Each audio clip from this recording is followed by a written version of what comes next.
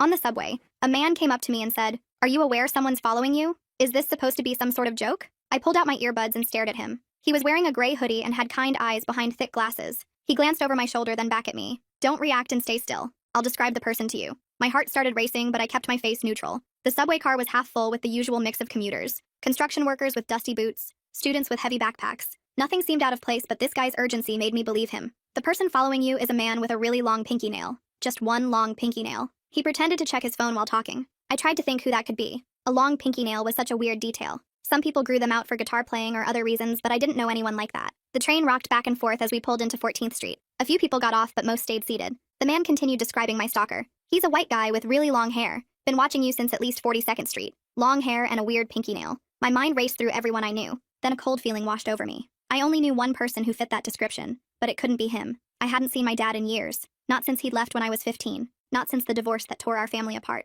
"What's he doing now?" I whispered. "He's licking his lips, moving closer through the crowd. We should start walking up the cars." The man stood up casually like he was just stretching. I followed his lead and we moved toward the front of the train. My legs felt shaky as we passed through the connecting doors between cars. The loud clacking of the tracks made it hard to hear if anyone was following. I wanted to look back but forced myself to keep facing forward. We entered the next car and kept moving. Past a mariachi band setting up their instruments. Around a woman with a stroller blocking the aisle. The man stayed close enough that I could smell his cologne. Something woody and expensive that didn't match his casual clothes. Trust me, I know a way to lose him at the next stop. He checked the subway map above the seats. Union Square was coming up. One of the busiest stations with multiple exits and connecting trains. If we were going to lose someone, that would be the place to do it. My hands were sweating as I gripped the pole for balance. Who was following me and why was this stranger helping? The train started slowing down. The brakes squealed and people began gathering by the doors. The man moved us into position near the middle doors, close enough to exit quickly but not so obvious that we looked ready to run. "When these doors open, we move fast. Stay right behind me." His voice was calm but firm. The doors slid open and we pushed through the crowd onto the platform.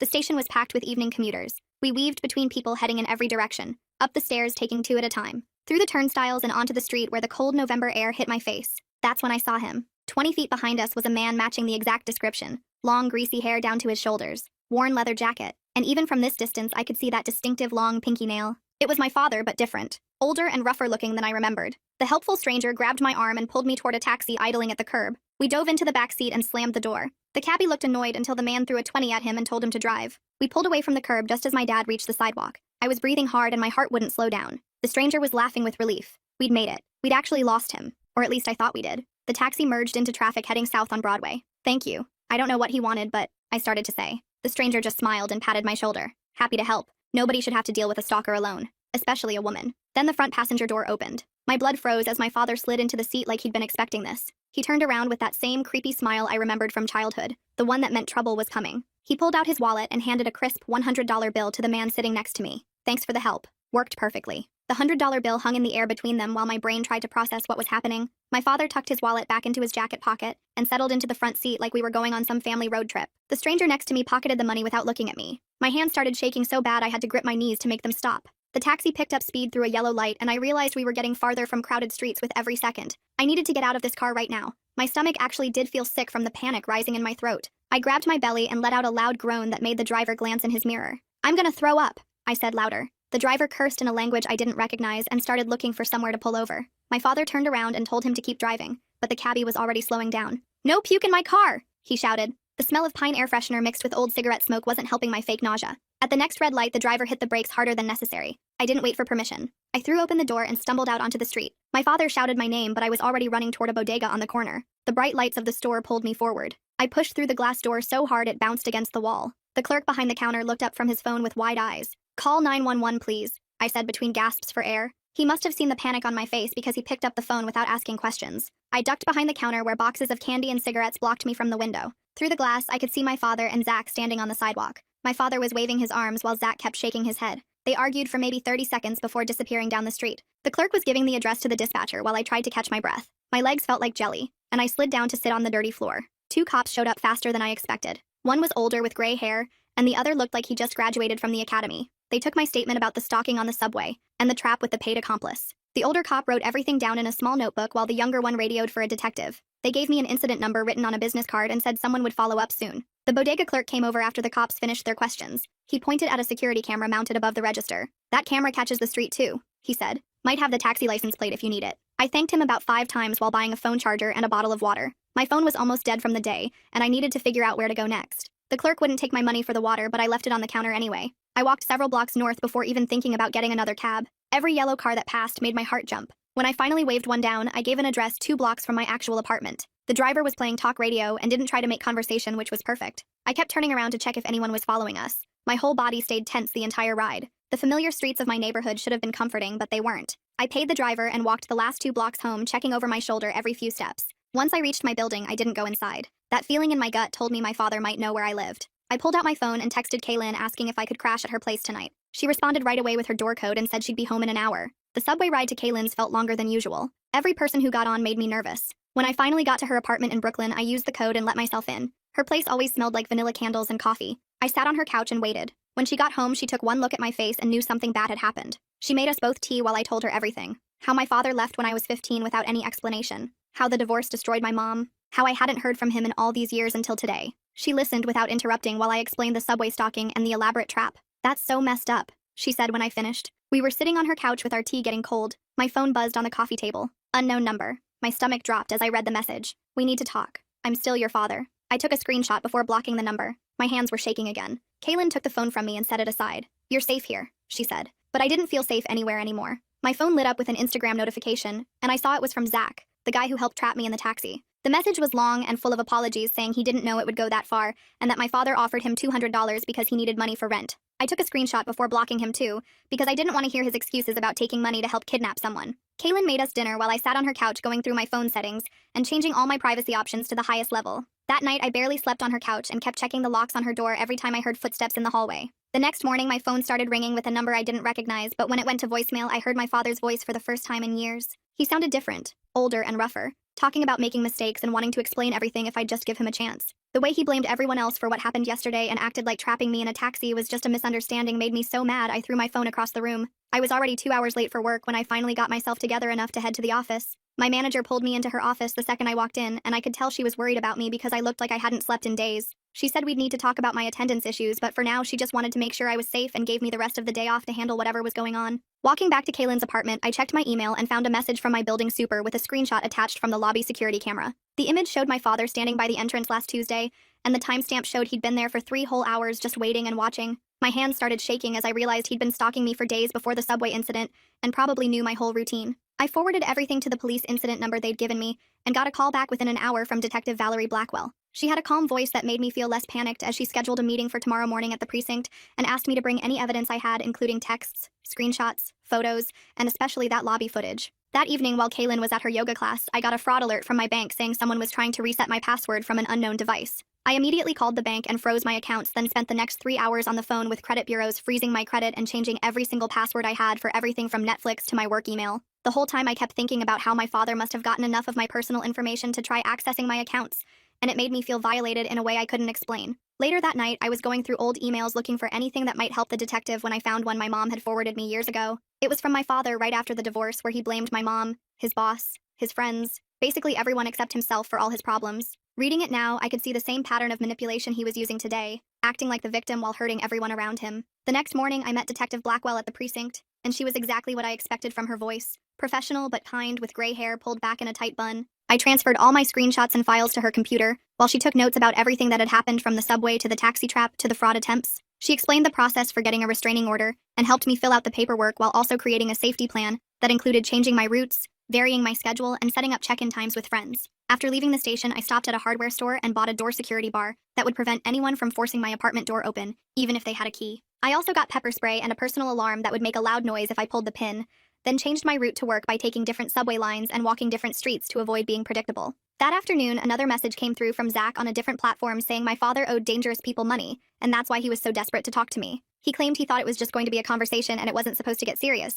But I blocked him on that platform too because I was done with his excuses. The whole situation was making me realize how many ways someone could try to contact you, and how hard it was to completely cut someone off in the digital age. That same evening, I sat at Kaylin's kitchen table with my laptop and started the long process of securing everything. First came 2-factor authentication on my email, then my social media accounts, then banking apps. Each platform had different steps, and I had to verify through text messages and backup codes. I wrote down all the backup codes in a notebook and stuck it in my bag. Then I set up a Google Voice number and started updating all my non-essential accounts with it. The pizza delivery app, the gym membership, the streaming services, everything that didn't absolutely need my real number. My fingers hurt from typing, but being methodical about it made me feel less helpless. The next morning at work, I went straight to HR and explained the situation. The HR manager pulled up my file and started making notes while I talked. She printed out the photo from my father's old driver's license that I'd found online and made copies for the front desk. We updated my emergency contacts, removing my mom's old number and adding Kaylin and Detective Blackwell. Then she created a code word system, where if I called and said I needed to reschedule my benefits meeting, security would know to call 911. At lunch, I walked out of the building and immediately spotted him across the street.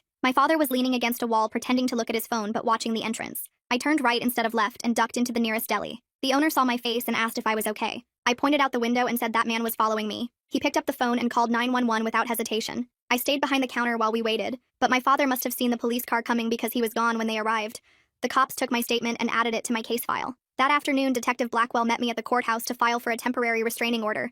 The paperwork was overwhelming with pages of questions about dates, incidents, and fears for my safety. She helped me fill out each section, making sure I included the subway incident, the taxi trap, and today's stalking. While we were waiting for the clerk to process everything, she ran my father's name through the system again. Her eyebrows went up as she read her screen. She told me he had an outstanding bench warrant from Pennsylvania for unpaid child support from 2018. She made a call to coordinate with that jurisdiction about potentially picking him up. That night back at Kaylin's, I sat with my journal trying to sort out my feelings. Part of me wanted him arrested and locked up where he couldn't hurt me anymore, but another part worried that would just make him more angry and dangerous when he got out. Kaylin sat down next to me with 2 cups of tea. She reminded me that his choices weren't my responsibility, and I couldn't control what he did, only how I protected myself. The next morning, I woke up to Kaylin knocking on my door holding something with a tissue. She'd found a handwritten note slid under the apartment door with a photo of me from yesterday walking into the deli. The note said, "Meet me alone, or this gets worse," with an address in Brooklyn. My hands started shaking looking at the photo because it meant he'd followed me even after I'd spotted him. Kaylin put on latex gloves from her first aid kit to handle the evidence properly. We called Detective Blackwell immediately and she told us not to touch anything else. She said this escalation meant they would prioritize finding him and she'd send someone to collect the evidence. Within an hour, a cop came and took the note and photo in evidence bags. 3 days later was the restraining order hearing at family court. I sat in the courtroom waiting, but my father never showed up. The judge reviewed my petition and the evidence Detective Blackwell had submitted. Even without my father present, the judge granted the temporary order for 1 year. She explained it would be served by certified mail to his last known address, and by email if we had one. The order prohibited him from coming within 500 feet of me, my home, or my workplace. The next week, Detective Blackwell called with an unusual request. She'd convinced Zach to cooperate and wanted me to meet him at a public coffee shop with her watching from nearby. I didn't want to see him, but she said he had information about where my father was staying. We met at a busy Starbucks near Penn Station during the morning rush. Zach looked terrible with dark circles under his eyes and his hands shaking around his coffee cup. He told me my father had been staying at a crash pad in Queens with some people he'd met at a bar. He gave Detective Blackwell the address and said there were usually 3 or 4 people there at any time. He also said my father had been talking about needing to get money from me for something important, but wouldn't say what. Detective Blackwell called me the next morning while I was getting dressed for work. She said she'd verified the Queens address through their database and found it was a known crash pad with regular police complaints. She was coordinating with the local precinct to pick him up during their morning rounds when most people would still be sleeping. She told me to keep my normal routine and not do anything different that might tip him off if he had people watching me. I went to work like usual but couldn't focus on my computer screen. Every few minutes I checked my phone for updates even though she said it might take hours. Around lunch I walked to the break room and saw a dad teaching his kid to ride a scooter in the park across the street. The memory hit me hard of being 12 years old in our old neighborhood. My dad had spent a whole Saturday afternoon running behind my bike holding the seat. He'd been so patient when I kept wobbling and falling. He'd bandaged my scraped knee and told me everyone falls before they learn to fly. That version of him seemed like a completely different person from the man who'd trapped me in that taxi. After work, I stopped at the hardware store and bought a new deadbolt, one of those door alarms that wedges under the handle, and a security bar for my bedroom window. The sales guy helped me pick out stuff that would actually work instead of the cheap junk that just looks secure. Back at my apartment, I spent 2 hours installing everything while my hands shook with the drill. I knocked on my neighbor's door, the retired teacher who always collected packages for everyone. I showed her my dad's photo and explained he wasn't allowed near the building. She took the photo to make copies for the other neighbors and said they'd all watch out for me. 2 days passed with no word from Detective Blackwell. I was making dinner when my phone finally rang. She said they'd arrested him that morning at the Queens address just like she'd planned. He'd been sleeping on a mattress in the living room with 4 other people. They found 3 burner phones in his backpack and about $40 in crumpled bills. He hadn't resisted but kept asking them to let him call me, which they obviously didn't allow. That night I actually slept the whole way through without waking up in panic. My body finally unclenched knowing he was locked up and couldn't show up at my door. I woke up feeling rested for the first time since that subway ride. Even my jaw hurt less from not grinding my teeth all night. The next afternoon, my manager asked me to stay after our team meeting. She pulled out a folder and said HR had flagged my recent absences and late arrivals. I handed her the case number Detective Blackwell had given me and explained everything that had been happening. She read through the police reports I'd printed out, and her face softened. She approved flexible hours for the next month and said I could work from home when I had court dates. She also gave me the number for the company's employee assistance program that included free counseling sessions. 3 days later, I sat in the back row of the courtroom for my father's arraignment. He looked smaller in the orange jumpsuit with his hands cuffed in front of him. His lawyer argued for release on his own recognizance, saying he had no prior record in New York. The prosecutor pointed out the stalking charges, the restraining order violation, and the outstanding warrant from Pennsylvania. The judge ordered supervised release with electronic monitoring, mandatory outpatient treatment 3 times a week, and weekly check-ins with pretrial services. The restraining order would stay in full effect with arrest on any violation. My father tried to turn and look at me, but the court officer blocked him. Detective Blackwell called me that afternoon with more news. They'd picked up Zach on conspiracy charges related to the taxi trap. He'd made a deal almost immediately for 6 months probation and 100 hours of community service. She said he'd been crying during the booking and kept saying he just needed money for his mom's medical bills. Part of me felt bad for him, even though he'd helped terrorize me. A week later, a thick envelope arrived at my apartment with a law firm's return address. My hands recognized my father's handwriting on the inner envelope before my brain processed it. I didn't open it. I put the whole thing in a fresh envelope and mailed it directly to Detective Blackwell. She could decide if it was evidence or just more manipulation. Either way, I was getting better at not engaging with his attempts to pull me back in. The community clinic had an opening the following Tuesday for their family trauma program. The waiting room had old magazines and plastic chairs, but the counselor turned out to be exactly what I needed. She specialized in family violence and had worked with hundreds of people dealing with stalking by relatives. We spent the first session just talking about safety planning and better sleep hygiene. She taught me breathing exercises that actually worked when I felt panic rising on the subway. We set 3 main goals to work on over the next few months. First was maintaining my physical safety with consistent routines and awareness. Second was improving my sleep since exhaustion made everything else harder to handle. Third was starting to process the childhood stuff that made this so complicated and hard to navigate. My therapist pulled out a blank sheet of paper and started drawing boxes and arrows. She wrote down every place I went regularly, like work and the gym and grocery store. We mapped out safe routes between each location and backup plans if I felt unsafe. She had me pick 3 code words with Kaylin that meant different levels of danger. Apple meant I felt uneasy but okay. Orange meant come get me now. Grape meant call the cops immediately. We practiced saying them out loud until they felt natural. She helped me set up rideshare accounts under a fake name and showed me how to share my location with Kaylin automatically. We went through every app on my phone and turned off anything that could track me. She made me write down the safety plan and put copies in my purse, my desk at work, and Kaylin's apartment. The next morning, Detective Blackwell called and asked me to come to the station. She had a thick folder on her desk when I arrived. She explained how the monitoring system worked for my father. He had to wear an ankle monitor that tracked his location 24/7. If he came within 500 feet of my home or workplace, it would alert the cops immediately. He had to check in with his probation officer every Wednesday at 10 in the morning. Missing even one check-in would violate his release terms. She showed me a map on her computer with red zones marked where he couldn't go. My apartment building, my office, even the coffee shop I went to every morning were all protected zones. The system wasn't perfect, though. The monitor could malfunction or he could cut it off and run, but doing that would trigger an immediate warrant for his arrest. She gave me a special number to call that went straight to the monitoring center if I ever saw him. 2 days later, I had to give a big presentation at work about our quarterly numbers. My hands were shaking as I set up the projector in the conference room. 20 people filed in, including senior management I'd never presented to before. My throat felt tight as I started talking, but I pushed through. I clicked through each slide and explained the data, even though my voice sounded weird to my own ears. When someone asked a hard question about our budget projections, I answered it without freezing up. My manager nodded and smiled when I finished. After everyone left, she told me I did great considering everything going on. That small win made me feel like maybe I could handle this. The credit counselor at the bank had me fill out a stack of forms about the identity theft. We had to dispute 3 credit cards my father had opened using my social security number. She helped me file reports with all 3 credit bureaus and put fraud alerts on everything. We spent 2 hours going through every account and transaction from the past year. She found 2 more suspicious charges at electronics stores I'd never been to. The process was boring and took forever, but each form I signed felt like taking back control. She set up monitoring that would alert me to any new accounts or credit checks. A week passed quietly until I got a call from a number I didn't recognize. The voicemail was from a lawyer saying Zach wanted to help with my case. I called Detective Blackwell first to make sure it was real. She confirmed the lawyer was legit and said Zach had been cooperating fully since his arrest. The lawyer explained that Zach would testify about what my father had told him if we needed it for trial. He knew details about my father's plan to get money from me somehow. I told the lawyer I'd think about it, but I wasn't ready to deal with Zach yet. Even if he felt bad now, he still chose to help trap me in that taxi. 3 days later, my phone rang at 2 in the morning from a blocked number. I let it go to voicemail and heard breathing for 10 seconds before it cut off. I knew it was my father even without him saying anything. I saved the voicemail and emailed it to Detective Blackwell immediately. She filed a report about the restraining order violation that morning. The judge scheduled an emergency hearing for that afternoon. My father appeared on video from jail looking tired and unshaven. The judge yelled at him for 5 minutes straight about respecting court orders. She said one more violation would mean 6 months in jail minimum. His lawyer kept trying to say it was an accident, but the judge cut him off. Back in therapy, we worked on my subway anxiety since I still felt sick every morning getting on the train. My therapist taught me the 5-4-3-2-1 technique for grounding myself. Find 5 things I could see, 4 I could touch, 3 I could hear, 2 I could smell, 1 I could taste. We practiced it in her office first with my eyes closed.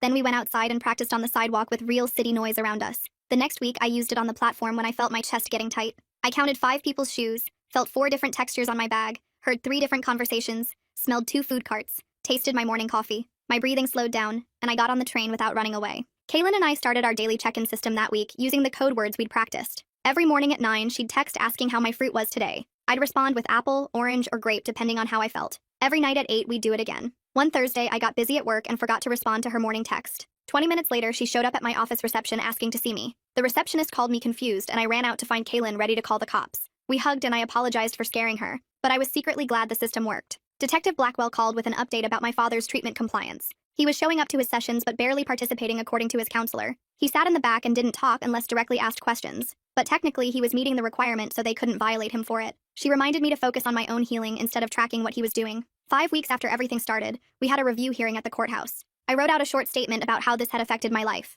My hands shook as I stood at the podium in front of the judge. I talked about the fear of leaving my apartment and the panic attacks on the subway. I explained how I'd changed my whole routine and spent money I didn't have on security measures. My voice cracked when I described not feeling safe in my own city anymore, but I got through the whole thing without stopping. The judge thanked me for my courage and said she was keeping all restrictions in place for another 3 months minimum. The next morning, my manager asked me to come to her office after I got back from court. I sat across from her desk expecting another talk about my attendance, but she surprised me by sliding a paper across to me. It was approval for a flexible schedule for the next 3 months with the option to work from home twice a week. She said she'd been watching how I handled everything and still got my projects done on time. The company wanted to support employees going through personal crises, and my work quality hadn't dropped even with everything happening. I signed the paperwork and thanked her for understanding. That weekend, I took the subway to Prospect Park where my dad used to take me when I was little. I found the bench near the pond where we'd feed the ducks every Sunday before the divorce. The paint was peeling now and someone had carved initials into the wood. I sat there for 2 hours watching families with their kids and letting myself feel all the anger and sadness I'd been pushing down. Part of me kept hoping for a different father than the one who paid someone to trap me in a taxi. The dad who taught me to ride a bike and made pancakes on Saturday mornings, but that person was gone, or maybe never really existed. I cried for the first time since this whole thing started. Not for him, but for the little girl who deserved better. I walked back to the subway feeling lighter somehow. His choices weren't my fault, and I didn't have to carry them anymore. 2 months after that taxi ride, Kaylin helped me pack up my studio apartment for the move. We wrapped dishes in newspaper and labeled boxes while listening to music. The new place cost more but had a doorman and security cameras in every hallway. My bedroom window faced a brick wall instead of the street, which actually made me feel safer. We ordered pizza and sat on the floor of my empty old apartment eating straight from the box. She helped me carry boxes to the moving truck the next morning and rode with me to the new building. The doorman introduced himself and said he'd already been briefed about my situation by the building manager. He showed me how the entry system worked and gave me his direct number. That same week, Detective Blackwell called to say my father had completed his 12 weeks of mandatory treatment. The counselor reported he'd shown up to every session and participated when required. The court scheduled a compliance review for the following Friday. I felt weird about it being good news since I knew he was just going through the motions, but at least the system was making him do something. 3 days before the review, I got accepted into a support group for people dealing with family stalking.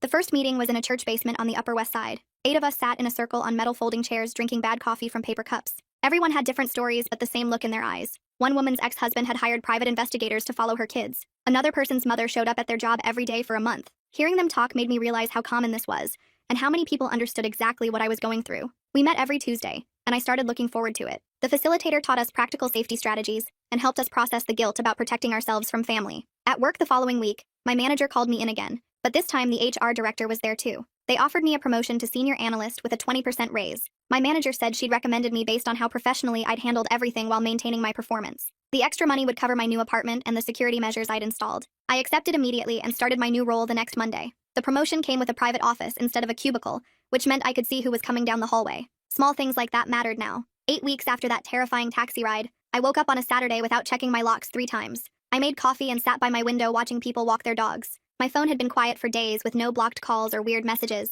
The restraining order was still active and would be for months, but I wasn't living minute to minute in fear anymore. Kaylin came over that afternoon and we went to the farmer's market like normal people doing normal things. I bought apples without scanning every face in the crowd. We sat in the park eating fresh bread and cheese while she updated me on her dating life. My support group had taught me the difference between being careful and being controlled by fear. I was definitely more aware of my surroundings now and had backup plans for everything. But I could also ride the subway without panic attacks and sleep through the night. The safety protocols had become routine instead of desperate. Looking back at everything that happened since that day on the subway, I saw how much I'd changed without meaning to.